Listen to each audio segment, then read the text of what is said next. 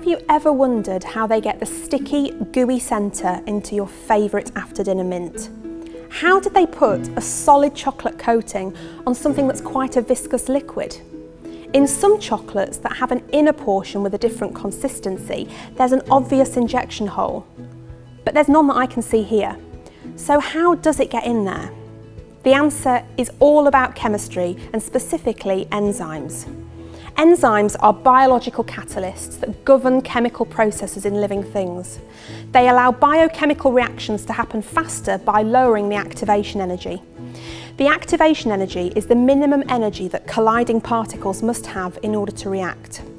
It can be thought of as a barrier to a successful reaction, as the molecules must overcome this hurdle to react.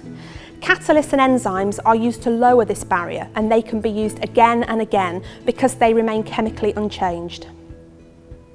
In the centre of this, you'll find sugar, water, minty flavourings and an enzyme that performs an important job. It's true to say that every enzyme performs an important job. You have about 75,000 different ones in your body. Digestive enzymes like protease, which help to digest proteins, amylase, which helps to digest carbohydrates, and lipase, which helps to digest fat. There are also metabolic enzymes, which repair the body and generate new cells.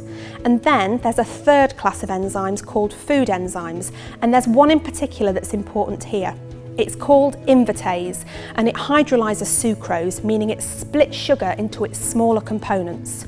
Sucrose, normal sugar, is a disaccharide made from glucose and fructose, which are monosaccharides. Both portions are linked via an oxygen-glycosidic bond.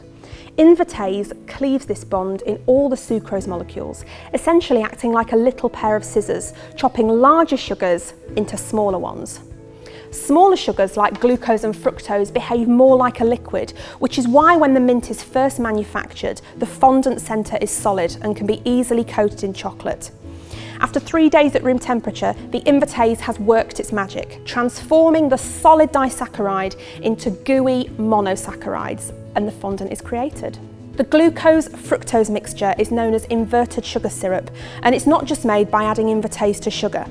Acids such as citric acid can accelerate the hydrolysis of sucrose, so adding lemon juice also helps to produce this gooey fondant. You can make fondant-scented chocolates yourself, as you can buy Invertase.